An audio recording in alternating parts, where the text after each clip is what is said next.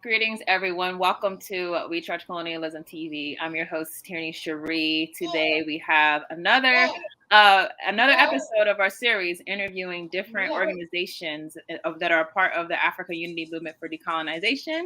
Just to remind everyone very briefly, AUMD is essentially a coalition of a number of African-led organizations. We're focused on amplifying the decolonization struggle and the African liberation struggle for all of our people. So we have a number of organizations that are part of this coalition. So far, you may have seen interviews by MAE in Nigeria, and also we just played an interview by PAC over in Azania, South Africa. Today, we're honored to have another representative from a very beloved organization inside of the liberation struggle, the All African People's Revolutionary Party. So everyone, I want to welcome Comrade Zizwe to the show. Welcome. Thank you. And just so, hopefully most people have heard of AAPRP, but if anyone has not, could you give a brief overview of your organization? The All African People's Revolutionary Party was founded by Osagyefo Kwame Nkrumah in 1968 in Conakry, Guinea. And our objective is Pan-Africanism, which is defined as the total liberation and unification of Africa under scientific socialism. And we have been organizing since 1968 to bring about this objective by focusing on building what we call work study circles and relationships with organizations that we hope to merge with to form what Nkrumah described in his Handbook of Revolutionary Warfare as a liaison between all the revolutionary Pan-African organizations to work towards that objective that I just stated. And, by the time this recording plays, African Liberation Day will have occurred. But I'm sure there'll be lots of programs people can check out to catch up on what happened on AUMD Day. Yeah, that's no problem because it'll be on YouTube for folks who want to see it at a later date and time. No problem at all. You want me to talk about it? Sure, you can. Yeah, just briefly. I think it's an important day for us to all recognize, particularly us who may be younger and might not understand the gravity and the significance of that day. Yes. Well, African Liberation Day came out of the Africa Freedom Day, which was established on April 15th, 1958, after 8 independent African states decided to declare April 15th when they had a conference in Accra, Ghana, Africa Freedom Day, to commemorate the onward progress of the African Revolution towards the objective of unifying Africa under scientific socialism.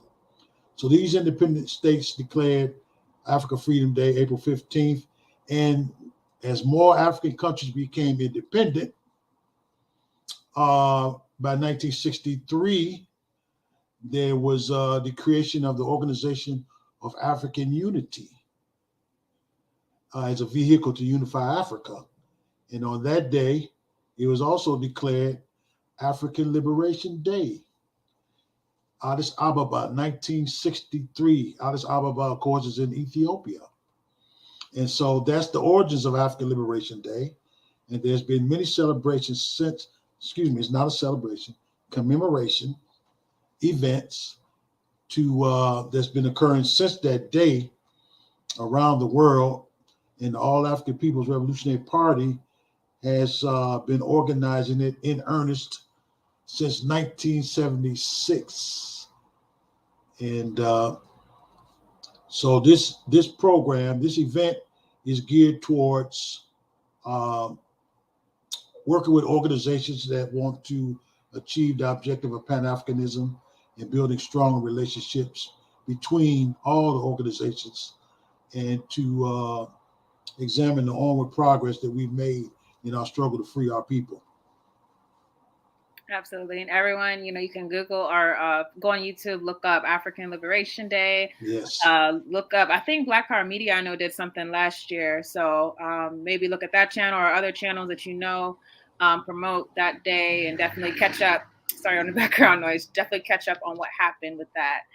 So to talk about AUMD, you know, the whole idea behind it is we wanted to have a coalition of different African-led organizations and come together basically on what we agree on. You know, a lot of us disagree on different things. Some people focus on the disagreements, but we wanted to focus on the agreement. You know, we know that we're facing colonialism globally as a people, that we're fighting for decolonization. Could you speak on why joining coalitions like this as organizers are essential to the liberation struggle?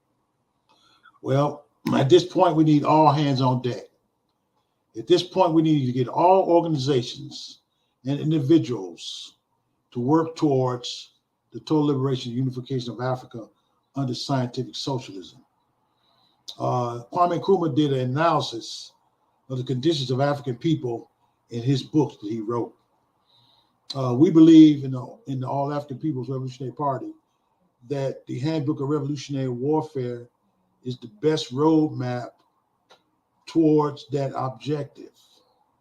We also understand that the mass of African people have been moving historically towards higher levels of unity, as well as the whole of humanity has been moving towards higher levels of unity and higher levels of organization. As Kwame Ture, the great revolutionary Pan-Africanist used to tell us, humanity has moved from the family to the tribe to the clan to the nation. What we hope to do is to move Africa to a continent nation.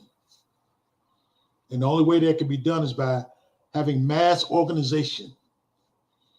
And since we're being dominated by neocolonialism as the last stage of imperialism, we know that we have to have revolutionary mass organization. And we also know that we have to have a political military coordination of these revolutionary mass organizations. So what does that mean for the AUMD, the Africa United Movement for Decolonization? We have to go on a massive political education campaign, internally and externally, to get people to understand why these concepts or where these concepts come from and why these concepts necessary to be implemented. And of course, it comes out of the struggle of our people. And it comes out of the Pan-African movement, the greater Pan-African movement, and the revolutionary Pan-African movement and organizations, the work that has been done over the years. You know, Kwame Nkrumah put that analysis out there 54 years ago. And of course, he didn't do all that by himself. What he was doing was he was an instrument to voice the tendency of the mass of African people.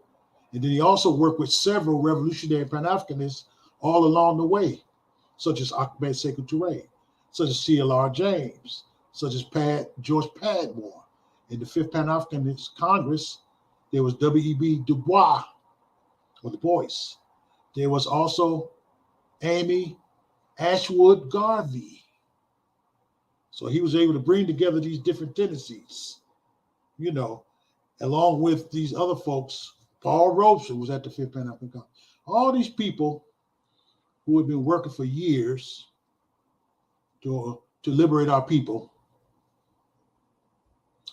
manifest itself in the strategy and tactics of the revolution in the form of the different analyses made at the Fifth Pan-African Congress, the Conference of Independent African States in 1958, the All African People Conferences of 1958, April and December. That's where all this analysis comes from. So these are our intellectuals, our revolutionary intellectuals who got together and put together this analysis.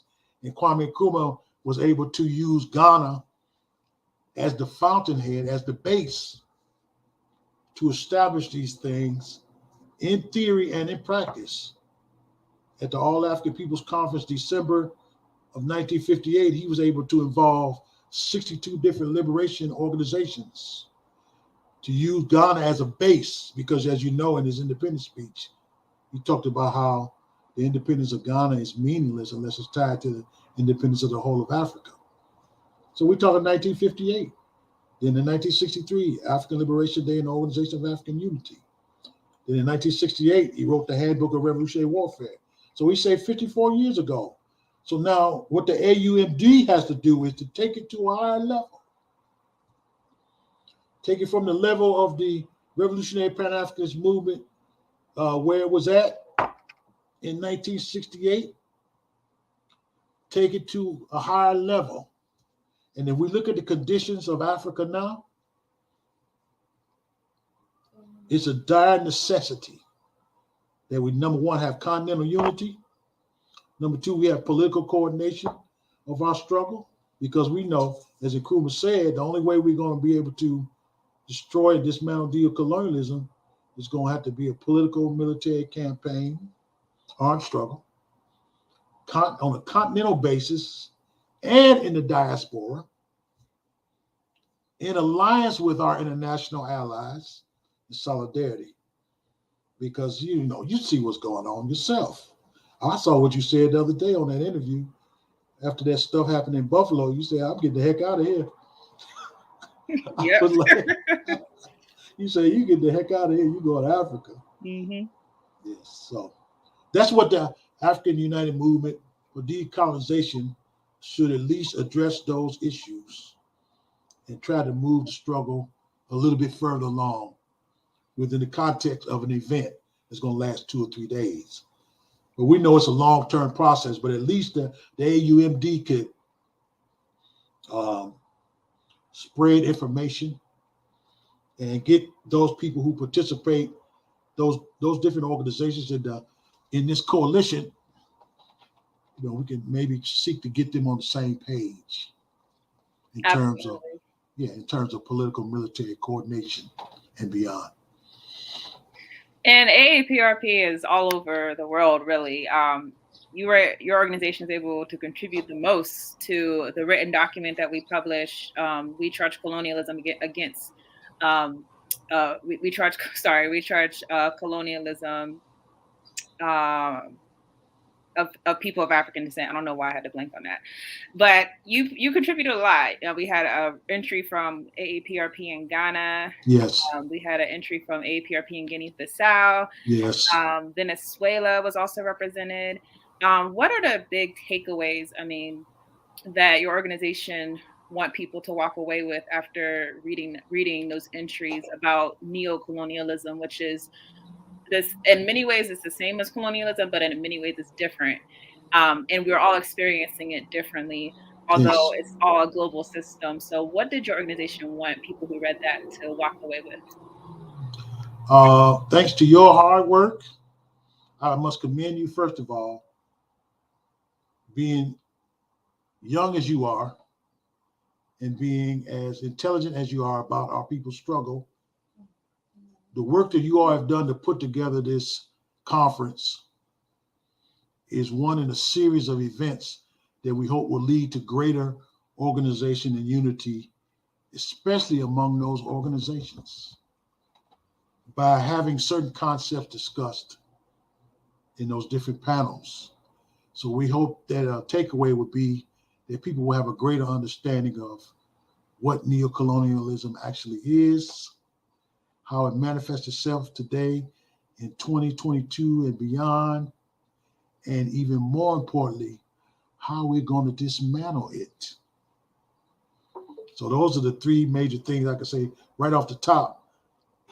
Greater understanding of the concept of neocolonialism, and in addition to what I said, a clear understanding of what Pan-Africanism is, scientific socialism, which leads to communism. We say in our organization and in the Greater Pan-African Movement, power begins with conception. Power begins with conception. So what we're saying here is that once you get a concept in your mind clearly and you begin to practice it, the power starts with clear understanding. Marcus Garvey say, when you free the body, once you free the minds of men, you free the bodies of men eventually. He's absolutely correct. So once we get these concepts and agree upon these concepts, whoever don't agree, they can do something else.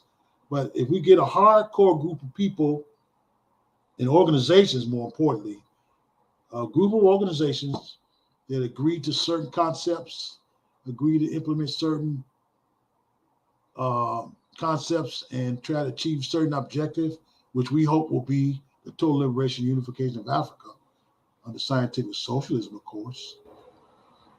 If we get any more closer from these conferences coming up, we will be very happy.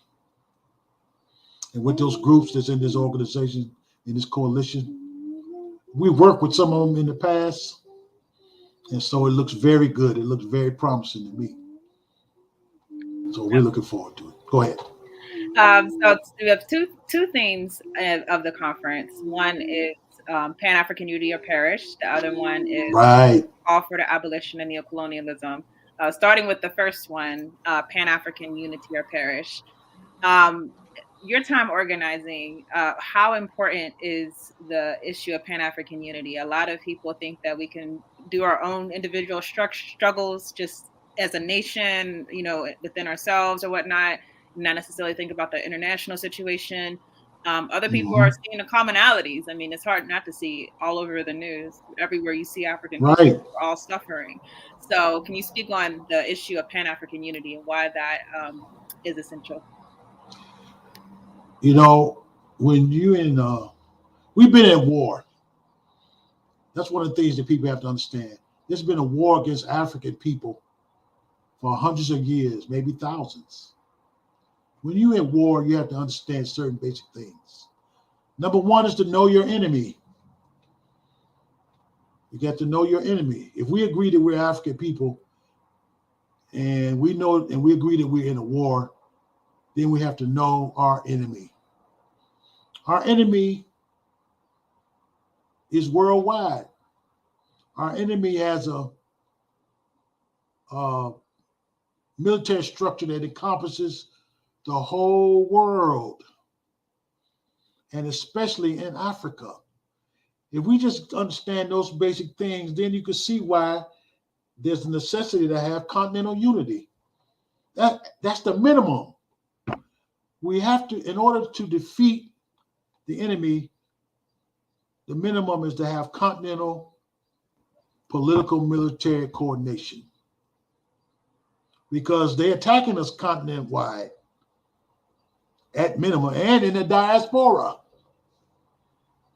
The people who are bombing our people in Africa, there's a direct correlation and connection between the people who are killing us through the police forces in the United States. I was just talking with Comrade Rafiki Morris yesterday about what's going on in the Caribbean. They have a military alliance called SOFCOM there that uses African mercenaries to try to overthrow the government of Venezuela. They tried to overthrow them last week, by the way. But now they need some oil from Venezuela. So now they're trying to kiss up to Venezuela, right? So they have a worldwide strategy.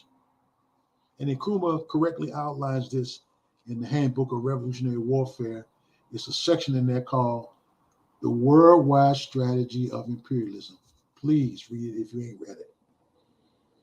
And he outlines, and this is in 1968, he talks about how the enemy has CETO, NATO, and all them other O's all around the world, and they could put 1 million troops at the ready within hours to invade different countries and overthrow their governments if they get out of hand, if they don't stay in their place, like Gaddafi of Libya,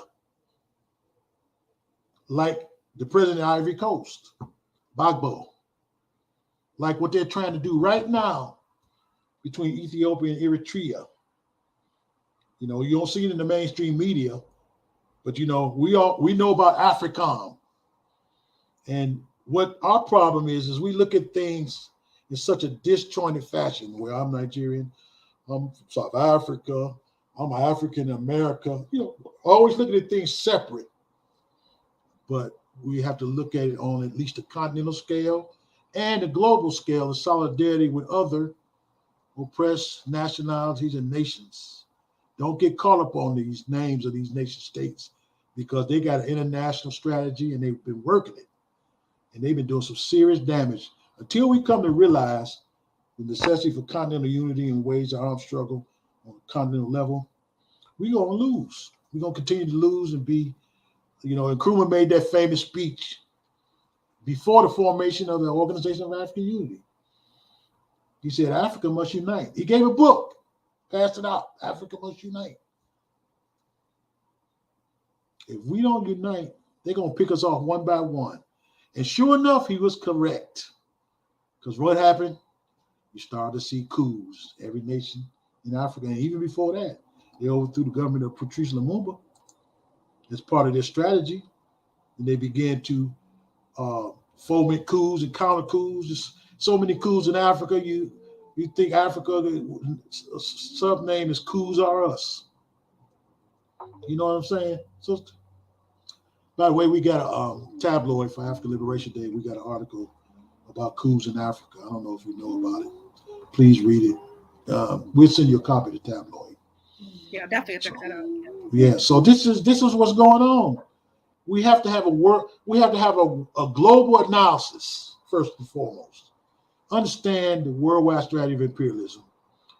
And for African people, we have to understand that we have to have continental unity and have a coordinated struggle within the continent of Africa, which is where their forces are more concentrated than anywhere else in the world, with AFRICOM. Because Africa is going to be the place where it's going to be a real serious fight, and that's where neocolonialism is going to have its deathbed. Because when we get this thing organized, we're going to dismantle neocolonialism. This is why they're trying to attack Russia now, China, to get them to stop going into Africa, helping our people. This is going to be a big conflict. So we have to get organized and be ready for that one on a continental scale, and no less. And those of us in the diaspora is going to have to help out by coordinated attacks outside of Africa. So let's get ready. Better get ready. Everybody get organized. Absolutely. Yes, and I try to have people understand that if Africa is not free, then us in the diaspora, we won't be free either. We can't be free. No, we can't. Malcolm X said it plain and clear years ago. See, that's why revolutionaries must study. And we hope to get that understanding clearly at this conference, that we have to study our history and have the correct analysis. Before you can do anything, you got to have the correct analysis. It's like a doctor has a patient, and if he don't have the correct analysis as to what's wrong with that patient, he could kill the patient or further injure the patient. So in order for us to get Africa and African people in the world well again, we have to have the correct analysis. So this is one of the things we want to come out of that conference with, is the correct analysis and have an agreement on what concepts, what these different concepts mean, and maybe we can move forward to higher levels of unity and organization. I love that. And last question from me, and if you have anything to add, you can feel free. Sure. But neocolonialism, so it's a huge thing to undertake as a people, but it has to happen. Can it be abolished, and can it be abolished in our lifetime? That's the question we want to ask. It can be abolished in our lifetime without a doubt, but it all depends on us. Kwame Nkrumah correctly analyzed and said that the only thing that's going to destroy this neocolonial fog is the armed struggle that's coordinated on a continental basis. It's the last stage of imperialism. And only a coordinated political military struggle can solve this problem. There's no more time for shilly-shallying. He said that 54 years ago when we had a couple of liberated zones. Now Africa, we might have one, maybe Eritrea, maybe Zimbabwe. So the progress has been reversed to a great degree. See, the enemy knows their strategy is clear. They know anytime you have a liberated zone, we got to take them out like they did Gaddafi, without pity and without mercy. They are merciless. When it comes to that, So a lot of our people fall for the lies and distortion, and we're going to give you some aid if you do X, Y, and Z. We're here to help you. We're going to help you prevent diseases, all these different things through these international institutions, including the United Nations, the African Union, unfortunately, is a tool of imperialism. They get most of their money from European Union. So, all these things had to be dismantled and destroyed, and it can't be done in our lifetime. Those of us who are serious about liberating our people, we have to get busy to bring about this level of organization that's necessary, and it can be done. You're young enough, it might be happening in your life.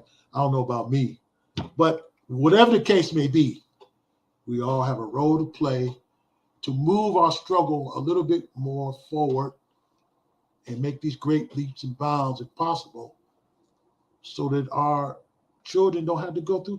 Our ancestors did a lot for us. We can't pay them back.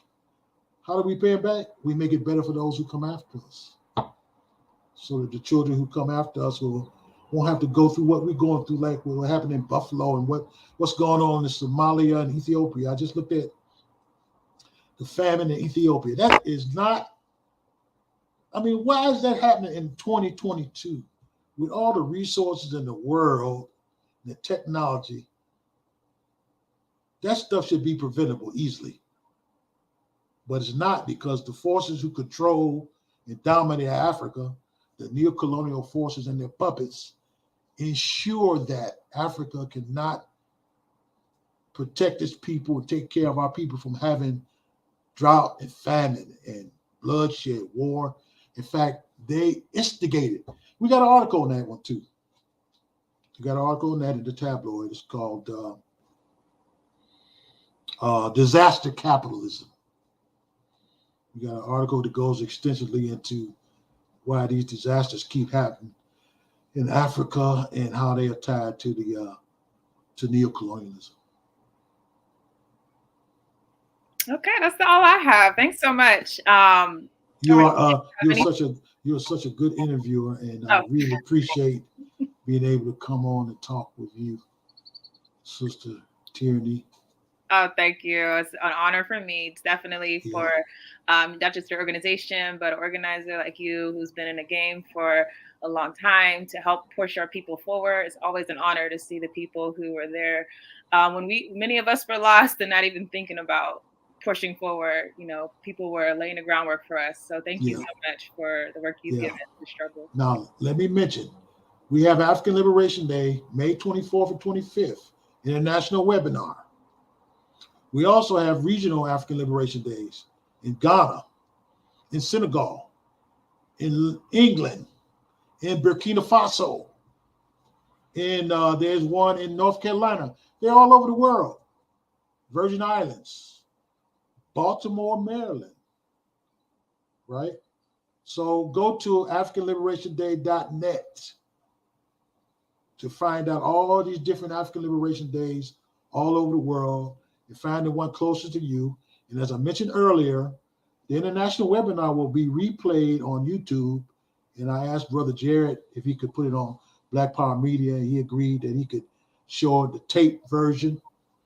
So it'll be accessible to anybody who wants to see it live and or later on taped in video. Thank you so much. Awesome. And if anyone wants to contact the AAPRP, how should they do that? AAPRP-intl.org is our website to contact the All African People's Revolutionary Party. Okay, thank you so much, Comrade Zizwe, for thank you. My pleasure. My pleasure. Ready for revolution. Yes, ready for revolution. He's relayed to. Absolutely. The response is Afrika. Afrika. Okay. Afrika. Afrika. He's relayed to. He's relayed to. That's it, that right? Yeah, you say Afrika first. He's relayed to. And then you say he's relayed to, and then you repeat Afrika. Okay. That's for our people in occupied Azania. Absolutely. Yes, and everyone, if you want to register for the convention, there's going to be a pin link right below. You can just click that registration link, and that will take you to the page. We hope that you will join this conversation because, as Comrade Zizwe laid out, we have to have these conversations. We have to have this type of unity if we're going to move forward as a people. So thank you everyone for watching, and thank you again, Comrade Zizwe, for joining us, and we'll see you in the next video. Asante sana. Fred Pala Revolution.